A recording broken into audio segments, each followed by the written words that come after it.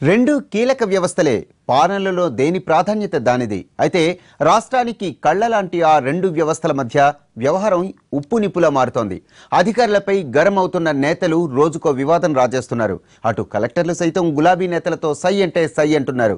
తాజాగా శంకర్ నాయక్ ఘటనతో వ్యవహారం ముదిరి పాకాన పడుతోంది. అయితే అధికారులు వర్సెస్ ప్రజాప్రతినిధుల పంచాయతీతో పాలన గాడి తప్పుతోందన్న విమర్శలు వినవస్తున్నాయి. తెలంగాణ ముఖ్యమంత్రి కేసీఆర్ కు సొంత పార్టీల నుంచే కొత్త చిక్కులు ఎదురవుతున్నాయి. 10 జిల్లాలను 31కి పెంచి పాలనను పరుగులు పెట్టిస్తున్నామని ఓవైపు సీఎం చెబుతుంటే, మరోవైపు ఆ పార్టీ ఎమ్మెల్యేలు ఒకరి తరువాత మరొకరు అధికారులతో కయ్యం పెట్టుకుంటున్నారు. తాజాగా ఎమ్మెల్యే శంకర్ నాయక్ అమర్యాదగా ప్రవర్తించారంటూ మెహబూబాబాద్ కలెక్టర్ ప్రీతి మీనా ఫైర్ అవ్వడం ప్రభుత్వాన్ని ఇరకాటంలోకి నెట్టింది. విపక్షాలు ఈ వ్యవహారాన్ని ఆయుధంగా చేసుకుంటుండడం కేసీఆర్ కు తలనొప్పిగా మారింది. నష్ట నివారణ చర్యలు చేపట్టినా జరగాల్సిన డ్యామేజ్ అప్పటికే జరిగిపోయిందన్న వాదన వినిపిస్తోంది. శంకర్ నాయక్ వ్యవహారమే కాదు, అధికార పార్టీ ఎమ్మెల్యేల తీరు ఈ మధ్య తరచూ వివాదాస్పదమవుతోంది. ఇటీవల జనగామ ఎమ్మెల్యే ముత్తిరెడ్డి యాదగిరి రెడ్డి జిల్లా కలెక్టర్ దేవసేనను బహిరంగంగానే నిలదీసినంత పనిచేశారు.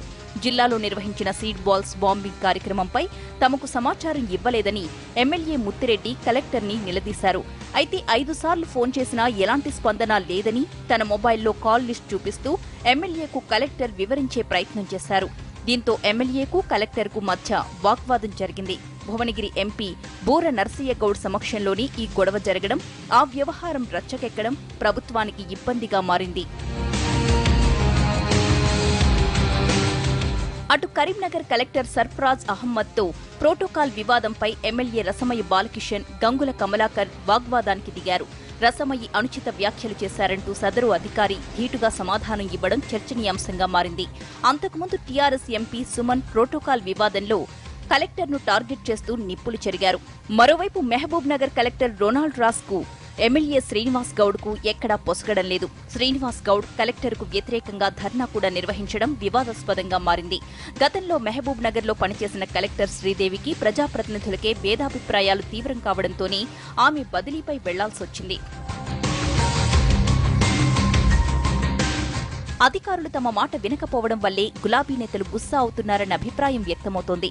జిల్లాలకు సంబంధించిన వ్యవహారాలన్నీ కేసీఆర్తోనే ప్రత్యక్షంగా మాట్లాడుతూ కలెక్టర్లు చక్కబెడుతున్నారు. దీంతో పాలనలో తమకు ప్రాధాన్యత లేకుండా పోతుందని ప్రజాప్రతినిధులు గుర్రుగా ఉన్నారు. అందుకే ముఖ్యమంత్రిపై ఉన్న అసంతృప్తిని ఇలా అధికారులపై చూపిస్తున్నారనే చర్చలు కూడా నడుస్తున్నాయి.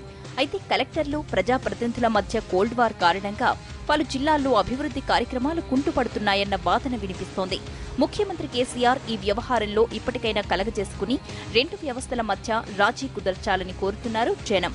మరి దీనికి సీఎం ఏ విధంగా శుభం కార్డు వేస్తారో చూడాలి.